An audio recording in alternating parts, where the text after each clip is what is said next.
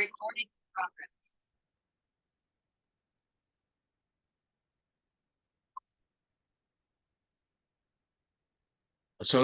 warahmatullahi wabarakatuh. Selamat pagi. Salam sehat selalu untuk kita semua. Oke, pada pagi ini kita akan belajar tentang basic training for oil and chemical tanker untuk cargo operation. Jadi teman-teman yang akan bekerja di kapal tanker harus mempunyai sertifikasi daripada dasar untuk pembelajaran oil dan chemical tanker cargo. Jadi setiap orang yang akan bekerja di kapal tanker, baik rating, bintara, dan perwira, semua harus mempunyai BOCT, dasar daripada kita untuk mempunyai bahwa pelaut itu sudah berkompetensi, bahwa pelaut itu sudah bisa untuk bekerja di kapal tanker dengan menunjukkan sertifikasinya ini. Jadi ini dasar ya. Nanti mungkin bagi perwira akan advance lagi, ngambil spesial tankernya, spesial chemicalnya, spesial gas. Sekarang gas dipisah ya. Dulu kalau AFF sendiri ya. Jadi apa sih kenapa kita harus mempunyai sertifikasi daripada basic training for oil and chemical tanker? Ini ada dari AIMO sendiri, ada peraturannya, dan dari pemerintah mengadopsi daripada AIMO dan SOLAS, peraturan pemerintah nomor 7 tahun 2000 pasal 4 dan 6 ayat 2B. Jadi ini adalah dasar kenapa pelaut harus mempunyai sertifikasi untuk kapal-kapal tanker. Jadi ini dasar bahwa kalian sebagai pelaut harus berkompetensi untuk bekerja di kapal tanker. Kenapa? Karena kapal tanker adalah kapal yang mempunyai resiko yang sangat tinggi. Ketika terjadi kesalahan, ketika terjadi suatu kecelakaan, dia bukan hanya misalnya terjadi kapal meledak atau bocor, atau ketika bongkar muat SBM single mooring buoy ada pipa yang bocor. Ini akan mencemarkan daripada lingkungan. Jadi amdalnya akibat mengenai dampak lingkungannya sudah diperhitungkan oleh AIMO, sehingga kapal ini ada resiko tinggi. Kita mungkin bagi teman-teman pernah ada yang mendengar Exxon Valdez, itu adalah sebuah kapal tanker milik daripada PT Exxon. Itu terjadi tabrakan kandas yang muatannya adalah crude oil yang hampir merusak sebagian dari pantai timur Amerika Serikat ya. Jadi dan ini yang membuat berangkut daripada perusahaan itu sendiri. Ini akibat daripada kelalaian kelalaian daripada human error. Jadi kecelakaan itu terjadi karena banyaknya human error. Jadi teman-teman, makanya dari AIMO mengusulkan untuk setiap orang yang naik di atas kapal tanker harus mempunyai sertifikasi BOCT ini, Basic Training for Oil and Chemical Tanker. Oke ya, kita lanjut.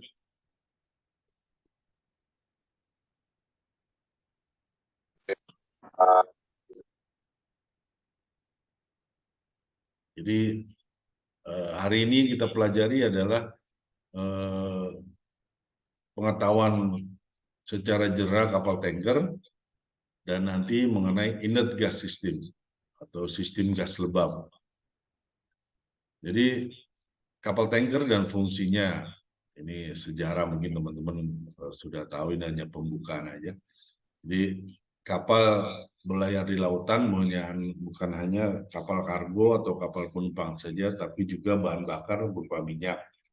Jenis kapal untuk mengangkut bahan bakar minyak ini dikenal dengan kapal tanker atau oil tanker. Istilah dari oil tanker sebenarnya sudah asing di telinga. Kapal dirancang khusus agar bisa mengangkut minyak ini memiliki banyak jenis. Jadi kapal tanker itu banyak jenisnya. Ya, ini aja kita pelajari tentang oil tanker dan chemical tanker. Oil tanker sini maksudnya minyak bahan bakar ya, minyak bahan bakar, terus sama chemical. Chemical itu ada yang cair, ada yang bisa beku seperti lilin, itu masuk chemical juga. Jadi ketika akan bongkar muat, dia dipanasin. Biasanya tangki-tangkinya itu ada heater. Nah, biasanya kalau ada juga yang ketika operasi tetap dipanaskan, makanya ketika pemanasnya atau boilernya atau heaternya tidak ini, udah orang-orang kapal itu bongkar muatnya dicangkul itu lilin-lilin itu. Apalagi terus dia beroperasi di daerah dingin, sudah lengkap, sudah penelitian. Oke, kita teruskan kapal tanker dan fungsinya. Belum, karena kita sejarah dulu nih kapal tanker. Jadi kapal tanker itu mulai adanya kapal tanker itu semenjak ada eksploitasi minyak tanah, adanya minyak, eksploitasi minyak bumi itu mulai sejak tahun 1850. Jadi bukan di Amerika, tapi ada di sekitar Eropa ya, di sekitar dekat Birma itu mulai dikirim menggunakan kapal ke wilayah Birma sampai dengan negara koloni di Inggris. Nah, jadi pabrik parafin waktu itu sebelum adanya minyak solar atau parafin dulu sebagai bahan bakar untuk kendaraan-kendaraan. Pengiriman minyak masih melalui jalur darat, kemudian melewati sungai masih menggunakan kapal kayu. Baru pada 1877 hingga 1885 kapal tanker modern diciptakan. Ludwig dan Robert Noble adalah pendiri Brand Noble, perusahaan minyak terbesar dunia, ada di Baku, Azerbaijan. Jadi dulu Eropa Timur ini adalah penghasil minyak ya. Eropa Timur dekat-dekat ke Arab itu, ke Pakistan. Ini Ludwig adalah pengembang oil tanker yang sampai saat ini masih digunakan. Percobaan membawa minyak dalam jumlah banyak pun dilakukan. Jadi step by step, pertama mereka adalah melalui darat ya, kereta-kereta atau mobil-mobil tangki. Ya. Tapi kan memerlukan waktu yang lama dan tidak bisa banyak yang dibawa. Oil tanker pertama yang selesai beroperasi adalah Zoroaster yang mampu membawa 242 metrik ton minyak gas dalam 2 pipa baja yang terhubung. Jadi waktu itu Zoroaster kapalnya itu masih sederhana sekali. Jadi pipa besar dengan diameter yang mungkin sekitar 2 meteran. Nah, itu model seperti itu. Jadi kayak tabung tapi pipa aja, pipa ujung safety apanya belum diperhitungkan. Waktu itu hanya membawa. Jadi membawa pun masih sedikit, sekitar 242 metrik ton. 2 pipa baja yang berhubung. Terdapat 1 tangki di bagian depan, ruang mesin, dan di belakang. Jadi 1 tangki, 1 pipanya di depan, satunya di belakang. Zaman itu kan sekitar abad 19 itu kapal itu masih ruang akomodasi itu ada di tengah. Jadi kargo biasanya di depan dan di belakang. Kapal milih panjang 56 meter dengan lebar 8,2 meter dan draft 2,7 meter. Saat itu Zoroaster digunakan untuk belayar dari Swedia ke Kaspia melalui Laut Baltik.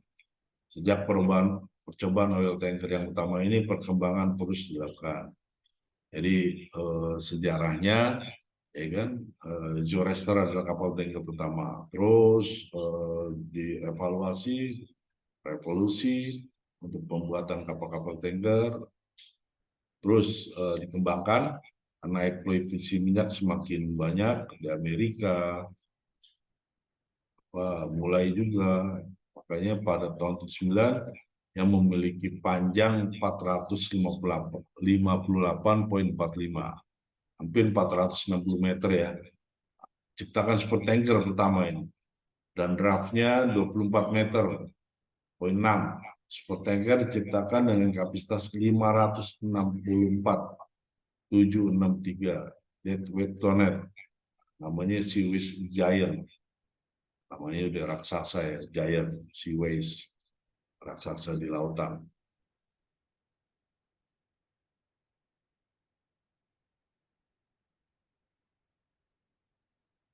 Oke, dari sini ada yang bertanyakan tentang histori daripada kapal tanker.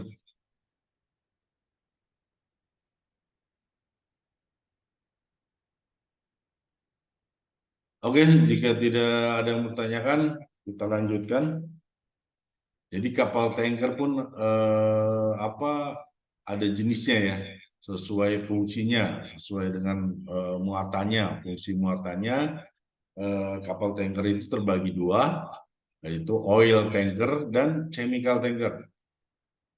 Jadi ada oil tanker dan chemical tanker, ya.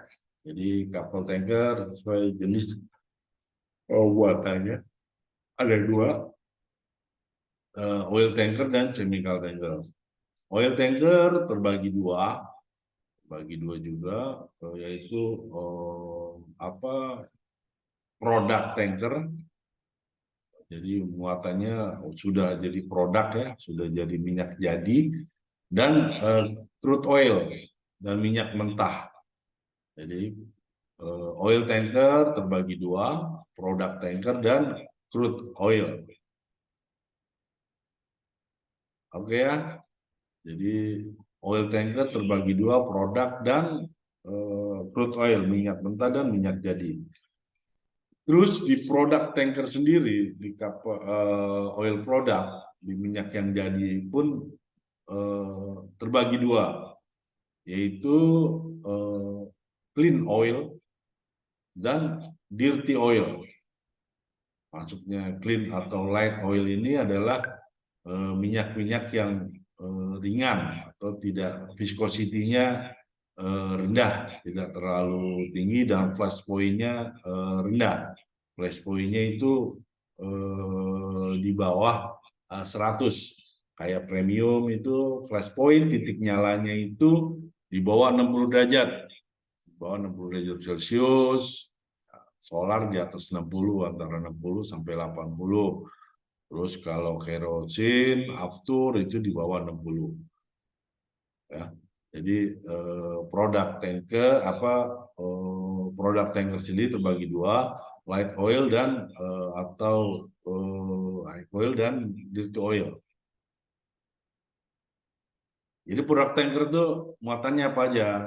Produk tanker muatannya minyak jadi seperti premium, terus solar, aftur, minyak tanah, kerosin. Nah, jadi minyak-minyak yang flash point-nya rendah, titik nyalanya sangat rendah, dan berarti titik nyala rendah mudah terbakar ya, kayak premium, kan pertamax, kan itu rendah. Kapal dilengkapi dengan dua jenis tangki yang berbeda supaya mampu menampung dua jenis minyak, yakni minyak clean product dan dirty product. Yang maksud dengan clean product adalah minyak ringan, contohnya bensin, minyak tanah, dan solar. Dirty product ada dan dirty produk adalah jenis minyak yang lebih berat. Nah, contohnya apa?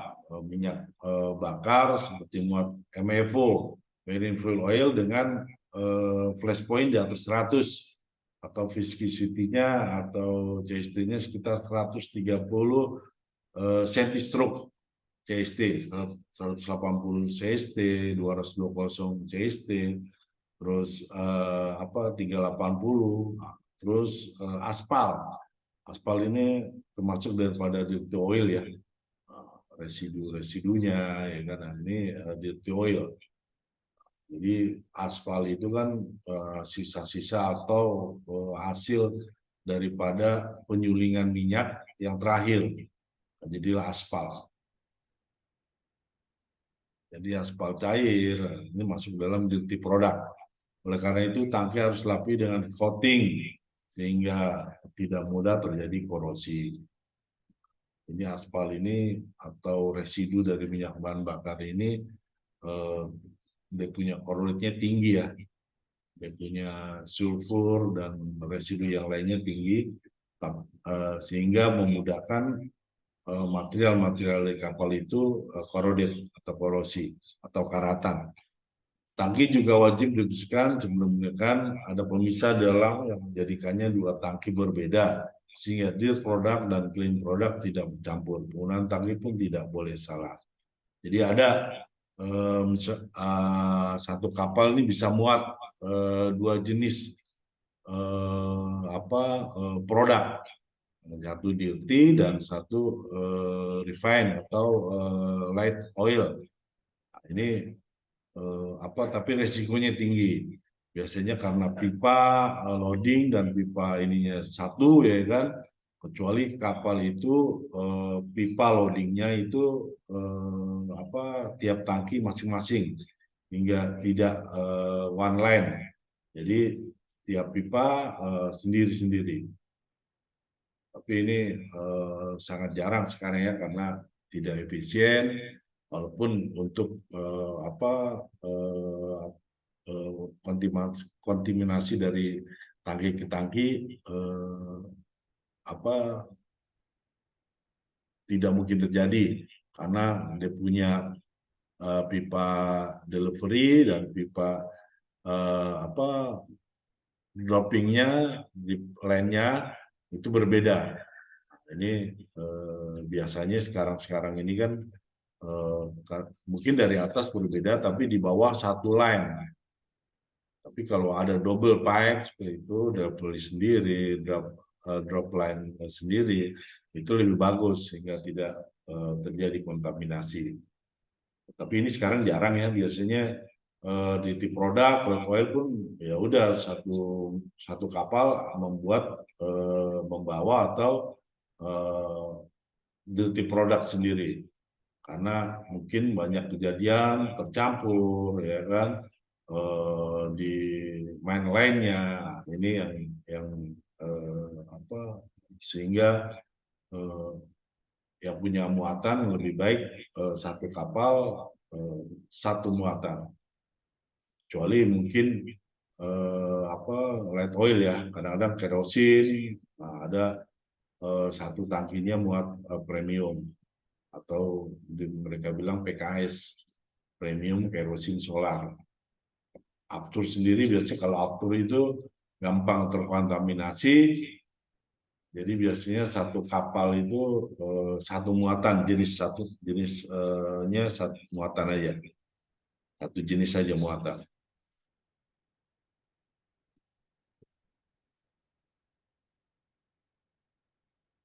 Terus tadi produk, sekarang crude atau minyak mentah. Minyak mentah tidak ada jenisnya, walaupun dia punya kalau data setnya di kapal, misalnya biasanya kita ketika akan muat itu kita dapat data setnya. Dia karena sifatnya homogen, walaupun data setnya situ misalnya sulfurnya ya low sulfur atau high sulfur, ini biasanya tetap bisa dicampur. karena ini masih minyak mentah. Nah, nanti mungkin ketika akan diolah, karena jadi satu diolahnya, pengolahannya ya, untuk menjadi minyak apa, minyak jadi baru di sana. Jadi kalau crude tanker memang karena sifatnya homogen, hanya perbedaannya hanya di data-data residunya aja ya, seperti sulfur dan as atau apa gitu kan.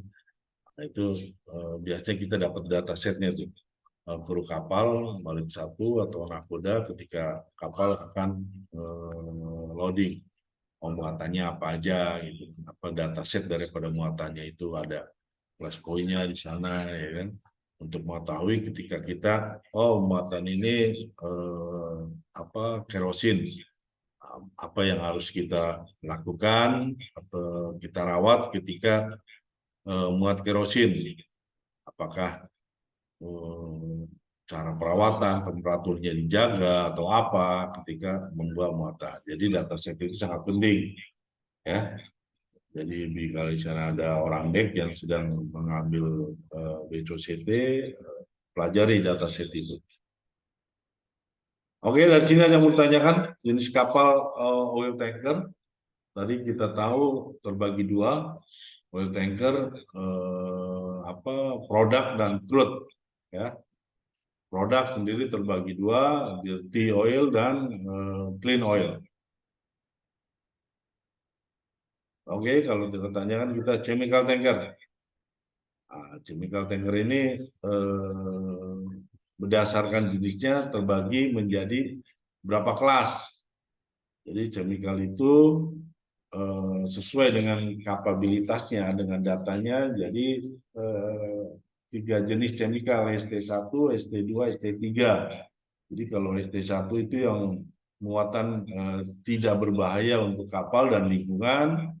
Kalau yang kelas 2, ST2 itu medium, gampang, mudah ketika terjadi apa pencemaran, ketika terjadi sesuatu kecelakaan, ini tidak terlalu berat untuk cara penanggulangannya atau cara perawatannya ketika bongkar muat pun tidak terlalu berat.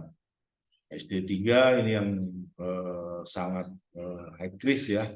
Jadi untuk menanggulanginya ketika terjadi tumpahan, ketika bongkar muat, ketika membawanya sendiri, deliverynya, itu perlu penanganan khusus.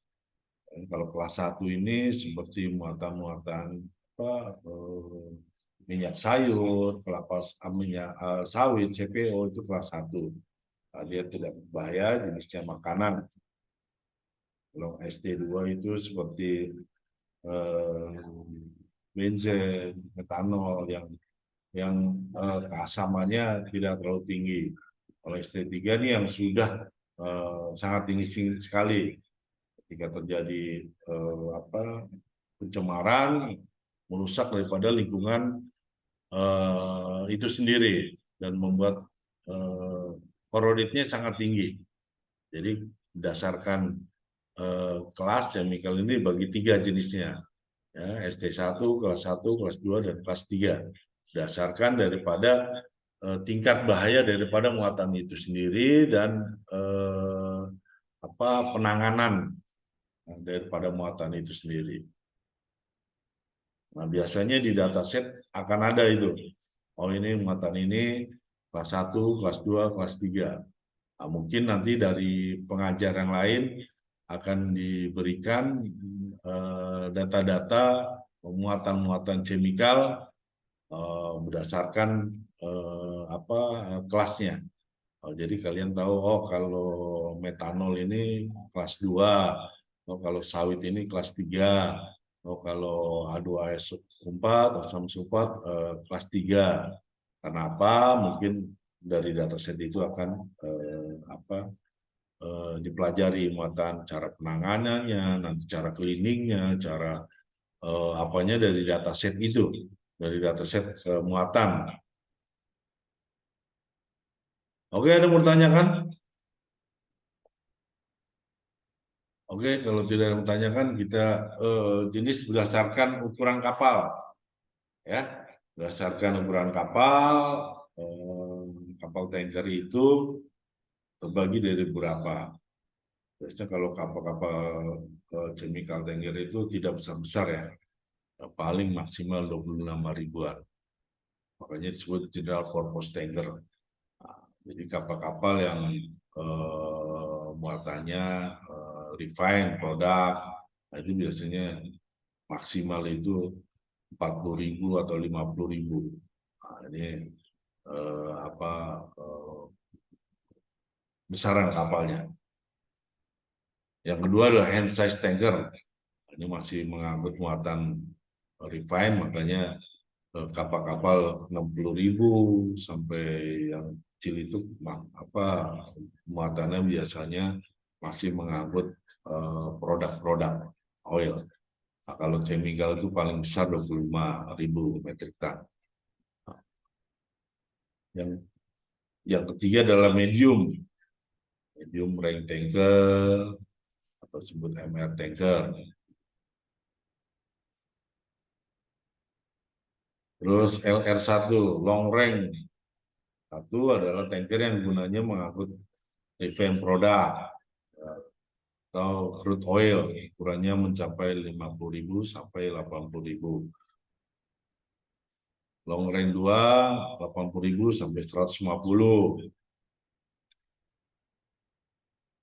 Ini biasanya memuat crude oil, jarang produk, kecuali kapal itu untuk muatan-muatan ekspor ya. Ini biasanya di atas, tetapi kalau untuk kapal-kapal dalam ya kan biasanya di bawah 100. Very large crude carrier, kapal yang bobot matinya adalah 160 ribu sampai 300 ribu. Ini biasa untuk membawa muatan mentah ya. Dan ini biasanya dia SBM, single mooring buoy. Jadi bongkar muatnya tidak sandar, tapi biasa di tengah laut. Nah, jadi pakai SBM, single mooring buoy, akan diikat sana, bongkar muat melalui pipa menuju dermaga, karena panjang kapalnya yang mungkin tidak masuk untuk sandar. Apalagi ultralight crude carrier ya kan, kapal itu juga mengangkut crude oil dengan bobot matinya minimal itu 300 ribu ton, 300 ribu ton ke atas ya. Ini panjangnya bisa mencapai 300 lebih, 300 atau hampir 400 meter. Lebarnya bisa di atas 50 sampai 60 meter. Jadi kalian bisa membayangkan lapangan bola, 3 kali lapangan bola ada di tengah laut atau kapal induk lah, ultralight crude carrier ya. Oke.